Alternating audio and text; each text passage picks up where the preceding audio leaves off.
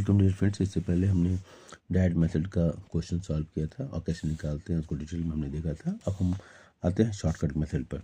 ठीक है, आसान है। जिन्होंने अर्थमेटिक मीन स्टैंडर्ड टेंडेंसी अच्छे से किया है उनको समझने में कोई दिक्कत नहीं होगी। फिर भी किसी को भी समझने में दिक्कत नहीं करने का मैं प्रयास करूँगा।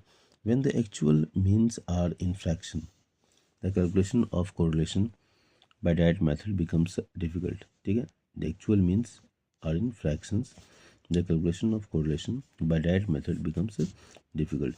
In such a case, to simplify our calculation, we make use of shortcut method, where deviations are taken from the assumed mean. ठीक है, शॉर्टकट मेथड में deviations are taken from assumed mean. ये ध्यान रखेंगे ये। ठीक है, ऐसे ही गलतियाँ होती हैं, इसको अंडरलाइन कर लीजिए। स्टेप्स क्या है? The computation of coefficient of correlation by shortcut method following steps are taken. पहला है take divisions of x series and y series. ठीक है, मतलब स्मॉल एक्स यहाँ निकालेंगे, स्मॉल वाई निकालेंगे फ्रॉम एज्यूम्ड मीन। एक मीन लेंगे, एक्स में मान लेंगे कुछ वैल्यूज़ जो कि स्टैंडर्ड टेंडेंसी में पढ़ चुके हो कैसे निकालते हैं। तो एज्यूम्ड मीन वहाँ से लेंगे और वहाँ से डिविजन निकालेंगे। ठीक है, उसी तरह वही काम वो वाई से भी करेंगे। तो ये डी एक्स निकल जाएगा। ठीक है, एक्स का डिविजन और find out the total of these divisions and denote them summation d x and summation d y. जो काम एक्स के साथ करना है वही काम वाई के साथ भी करना है। ठीक है, square these divisions and obtain the total summation d x square summation d y square.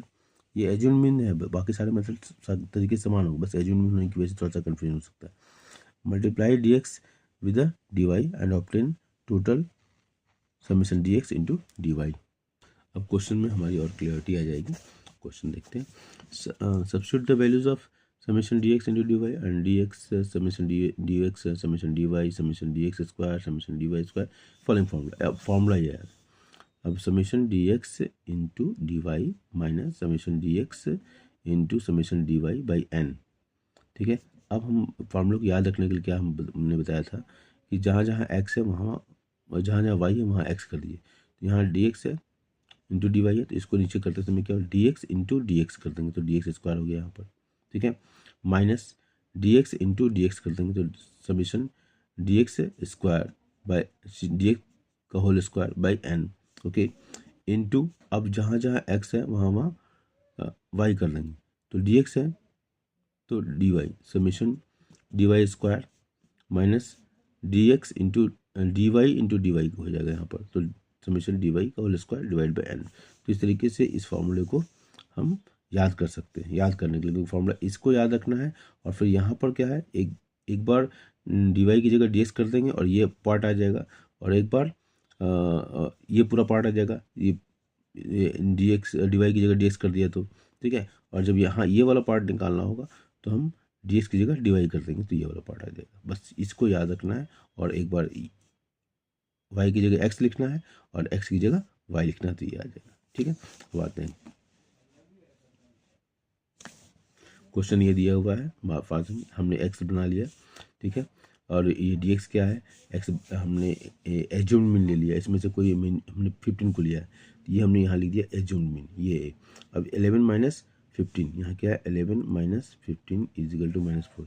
यहाँ 11 12 हो जाएगा, 12 minus 15 is equal to -3, 13 minus 15 is equal to -2, 14 minus 15 is equal to -1, 15 minus 15 is equal to 0। इस तरह बाकी से कर लेंगे तो ये हमारा डी एक्स। अब इसी का यहाँ स्क्वायर कर दिया गया तो मतलब 4 आया तो 4 का 16 हो गया, 3 का 9 हो गया, 2 का 4 हो गया, -2 है तो कोई बात फर्क नहीं पड़ता है, 4 होगा, -1 का 1 हो गया। ठीक है, इस तरह से इसका निकाल लिया। फिर ये काम यहाँ एज्यूम्ड मीन 24 लिया हमने, यहाँ लिख दिया एज्यूम्ड मीन यहाँ पर, सॉरी यहाँ लिखा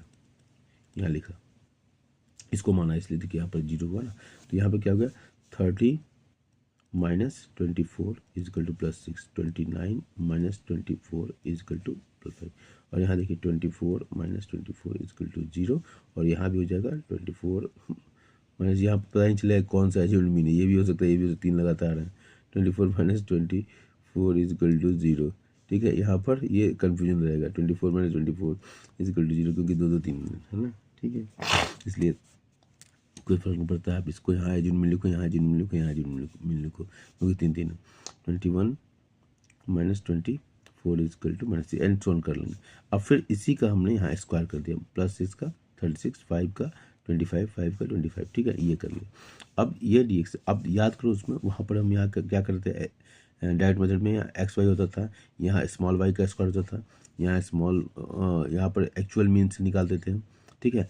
यहाँ तो इस तरीके से हम देखें तो कोई दोनों एक ही तरीके से, बस यहाँ पर शॉर्टकट मेथड में एज्यूम मीन से करते हैं, वहाँ हम एक्चुअल मीन से करते थे डायरेक्ट मेथड में, ठीक है। तो अब यहाँ r equal to summation dx into d y, वहाँ समीशन x इंटू वाई होता था, ठीक है, minus summation dx into d y by n, ये रूट के अंदर ये फार्मूला हमारा है, फार्मूले को हमने सारे वैल्यूज़ को यहाँ पर वैल्यू आया हुआ है, इसको हमने पुट कर दिया और ये आया point of high degree of positive correlation, ठीक है।